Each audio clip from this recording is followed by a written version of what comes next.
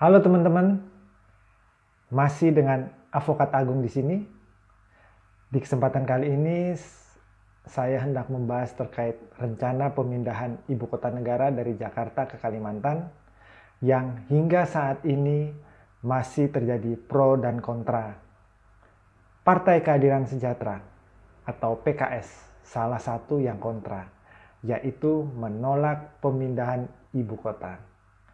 Sebagai partai pengusung Cawapres Anies Imin alias Amin mewacanakan jika calon yang diusungnya ini memang menang, maka mereka berencana untuk menjadikan Jakarta tetap menjadi ibu kota negara.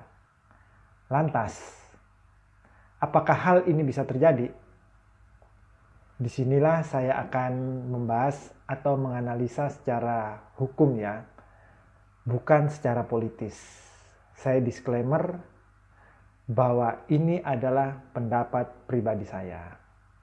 Yang pertama, Ibu Kota Nusantara atau IKN adalah sebuah mega proyek pemindahan ibu kota negara Indonesia dari Jakarta ke Kalimantan Timur, tepatnya di Kabupaten Penajam Pasar Utara ya, kalau saya tidak salah.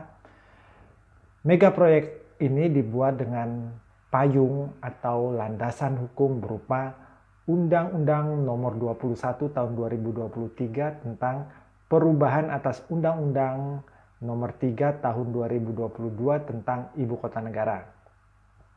Karena IKN dibentuk dengan undang-undang, maka untuk membatalkan IKN sebagai Ibu Kota Negara dan menetapkan Jakarta kembali menjadi ibu kota negara sebagaimana keinginan PKS adalah harus dengan pencabutan dan atau perubahan atas undang-undang IKN tersebut.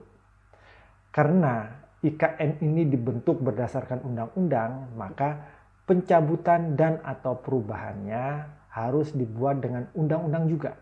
Karena asasnya adalah untuk merubah dan atau mencabut sebuah peraturan harus dilakukan dengan peraturan yang tingkatannya sama dan atau dengan peraturan yang lebih tinggi sebagaimana yang diatur dalam undang-undang tentang pembentukan peraturan perundang-undangan.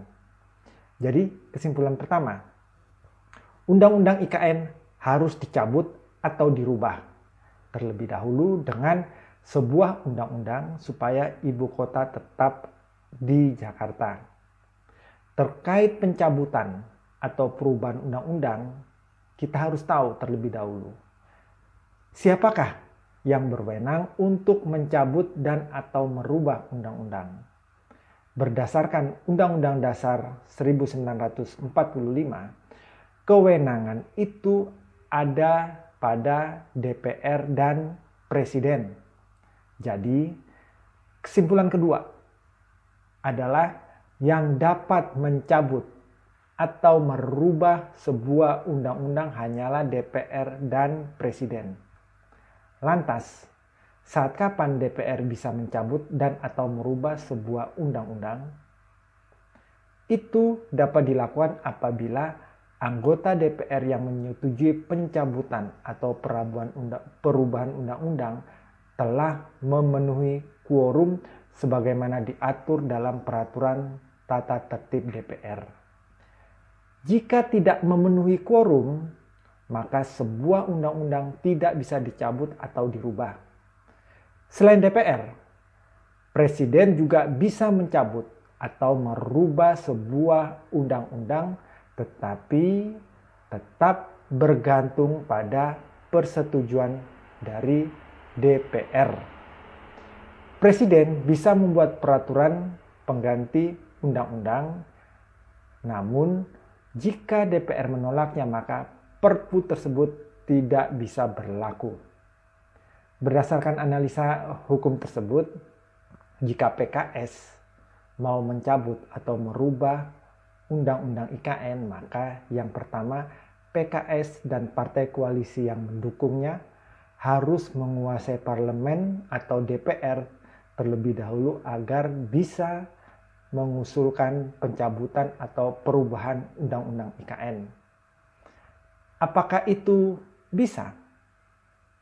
Kita tinggal lihat nanti hasil pemilu legislatif dan hasil pilpres di tahun 2024 nanti.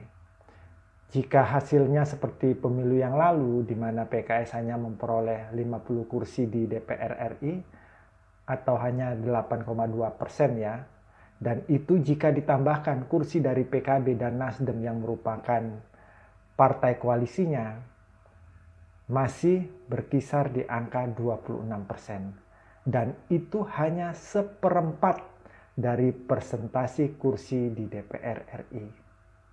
Dan ini pasti jauh dari quorum untuk pengusulan atau pencabutan perubahan sebuah undang-undang. Jadi harapan PKS untuk menetapkan kembali Jakarta menjadi ibu kota negara adalah sia-sia belaka. Tapi namanya saja usaha. Siapa tahu pemilu 2024 nanti PKS dan koalisinya bisa naik drastis kursinya di atas 50%. Tapi sudahlah. Demikian analisa hukum saya, semoga bermanfaat dan terima kasih.